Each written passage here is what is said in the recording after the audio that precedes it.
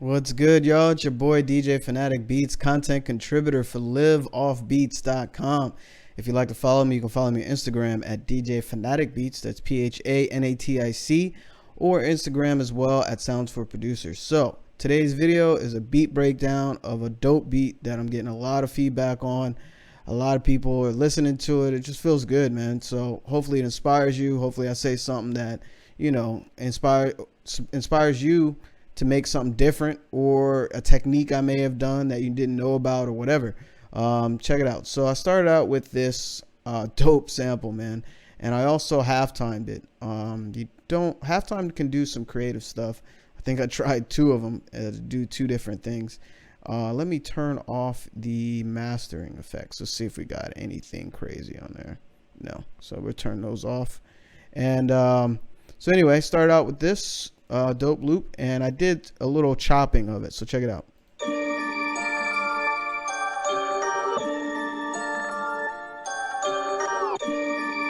So I started out with that, but I also let's see what I did with halftime. This is without halftime.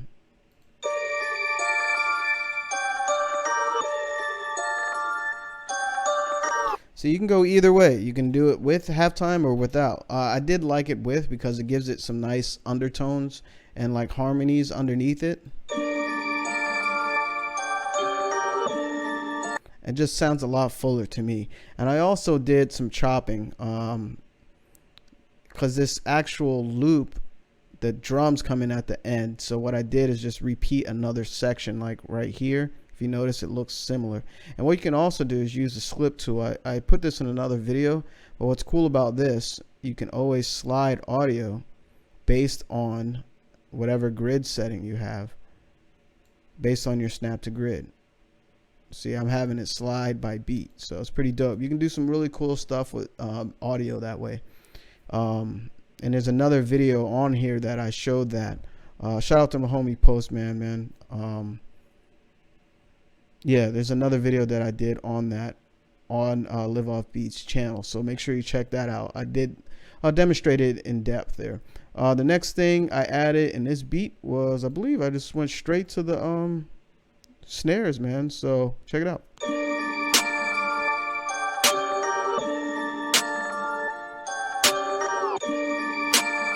So notice I did some EQing. I raised up the highs just a hair, and also emphasized the low mids, because I wanted that low frequency, because it's not really strong. But notice it's hitting really loud because of sound goodizer. I compressed it as well to give it some balance and some presence. Next I added, I think it was like some claps.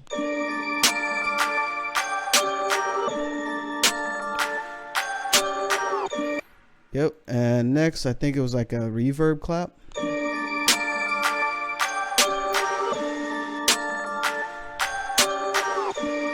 And notice there's 3 and 4, and I have one pan left and one pan right. Let me change that tool so I don't accidentally mess things up. So just to add some variation, I got one left, one right, if you notice when I played it. And I added a pretty straightforward hi-hat pattern, but it has like little breaks in it to kind of build up the rhythm.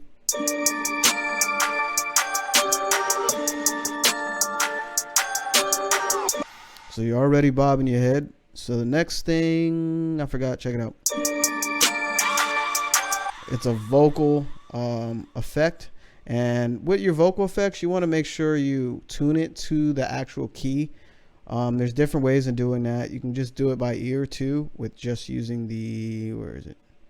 I don't even know what I use. This. I used the pitch. Obviously I had to raise the range, but I used the pitch and just kind of did it by ear. The more you make music, you can do things by ear like that. But the other way that you can do it is kind of how you tune your 808s. You right click in the field. This is in FL Studio, obviously. Click edit in audio editor, and then you can detect pitch regions and kind of find the longest note that's sustained. And then you go to the wrench tool of that sound, and then you right click on whatever root note that sound you've chosen. And then in the piano roll, you can actually place it where you want. And that sounds good, basically. That sounds in key. Let me put it that way. But I did it the other way, where you can just do it by ear really fast, because I made this pretty quickly. So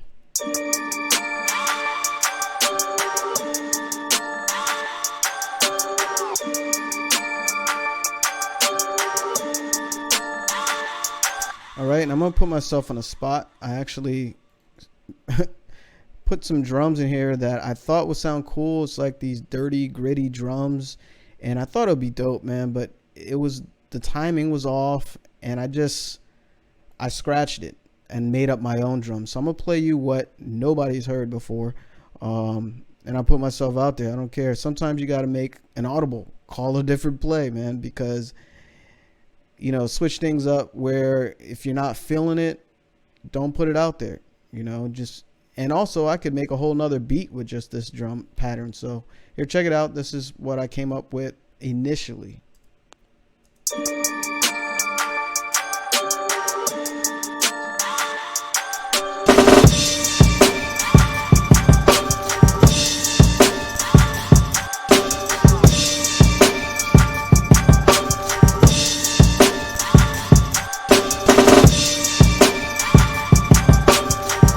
See, now I can actually spend more time and probably make it work, but I spent probably 20 minutes to a half an hour chopping all these little drums up and trying to nudge them over to make them fit the grid or whatever.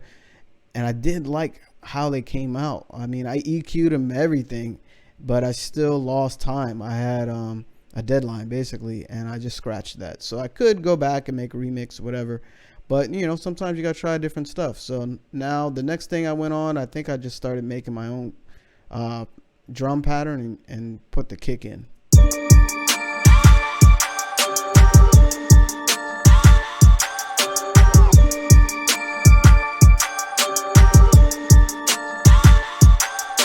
I could have pulled back the highs a little bit, but anyway, you notice I emphasized on the kick like around 154 hertz, just to give it a little more thump, but a high-end thump, not too high, but it's high for a kick like that. And sometimes, I mean, sound goodizer works really well on some drums. There's different ways of making them punch harder, but I just threw that on there to give it that extra oomph, and adjusted, what did I adjust? I used the A preset, which usually works for kicks, and turned it down a little bit, and obviously turned it up, normalized the actual drum sound.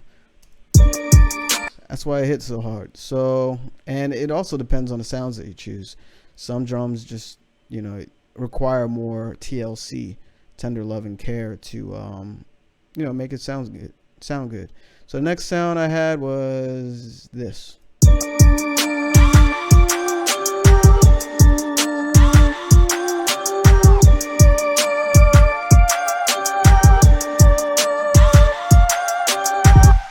So obviously it is a lead, like a creepy lead, and you notice I changed the pattern up just to have a little variation there, and I believe the next thing was the 808. So here's your favorite part.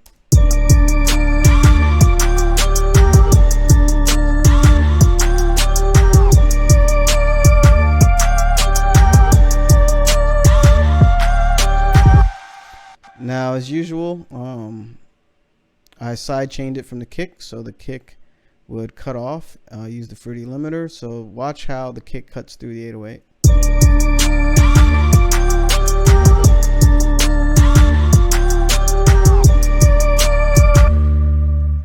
Now the kick is actually the white, look like shark teeth or tiger teeth or whatever, and it cut through. The 808 is the white, and the purple is what's being compressed or cut through, basically. The 808 is cutting through the 808.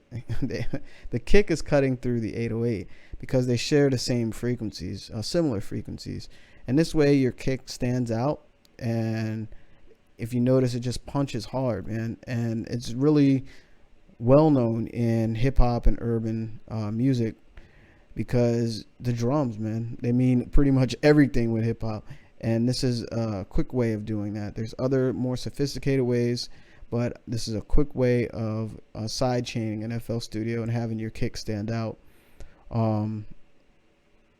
In the 808, obviously I use some type of distortion. Decapitator is cool. There's tons of them. I tried different things, and don't get stuck on just one plugin, because you can come up with some different stuff. And why do I add distortion is because of this. Let's play the 808 by itself without distortion.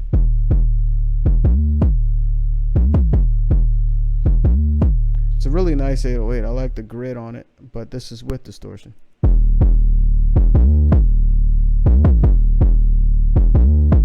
Without. With. So it's a little louder, but also has like these subharmonic frequencies that, you know, when you're in a car, man, you're driving, or you're in a club, you just feel that beat. So it just adds a lot more to it. And I already showed you the limiter, so yeah, let's unpause that. And I think I added one more nuance thing, so let's see what that sounds like. Yeah, my bad. You probably want to hear the rest of the beat. Let's see here. There we go.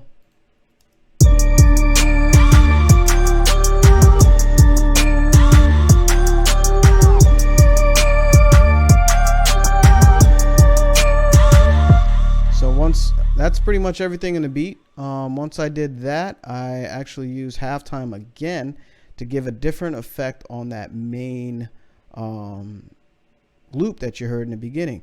I used a different halftime. If you notice, there was two of them, and it's off right now. But in the setting I used, it's 1 bar, fully on. What is this? 1 bar. 48. So basically what I did is increase the mix level probably 100%, I think, during the verse of the first loop to give it a different feel, but also have it, you know, use the same loop, but that's a different way of making it sound different. And that's like a really cool trick that you can use in your production. So let's hear it into the verse.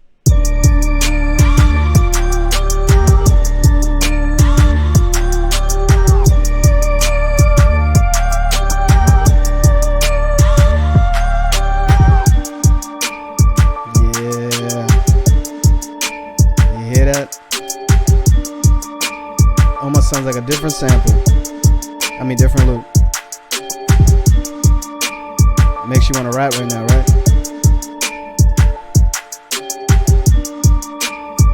Check out this change up right here.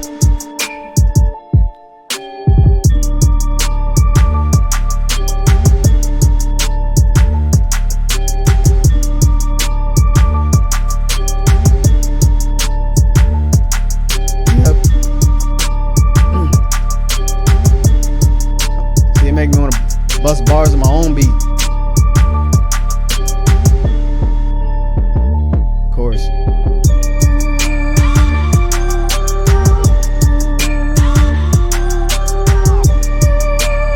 Yeah, that came out dope. And you notice the first, as I came out of the verse and back into the chorus, we used the other version of the halftime. So the loop sounds almost like a different loop compared to the verse, and that's a cool little thing that you can do in your beats. And I'm glad I chose this beat because of that. That's just one thing you can just get crazy with. You can have, I don't know, 5 different versions of halftime and just get very creative, or just other plugins. It doesn't have to be halftime. There's other plugins that do similar things, and it just can be a very creative tool. So there you go. That's a beat breakdown, as well as, you know, some little tricks I showed you with the loop or samples or whatever you use in your beats, and also, you know, how you can totally change the beat when you're not feeling it or whatever. I could spend some more time on the other drums, but you know, it came out pretty dope, I think. So hopefully you enjoyed it. Hopefully you learned a couple things or inspired right now to get in the studio, make something dope. And again, it's DJ Fanatic Beats, content contributor for LiveOffBeats.com. If you'd like to follow me, you can follow me on Instagram at DJ Fanatic Beats. That's PHANATIC, or Sounds for Producers on Instagram as well. Peace and blessings, y'all.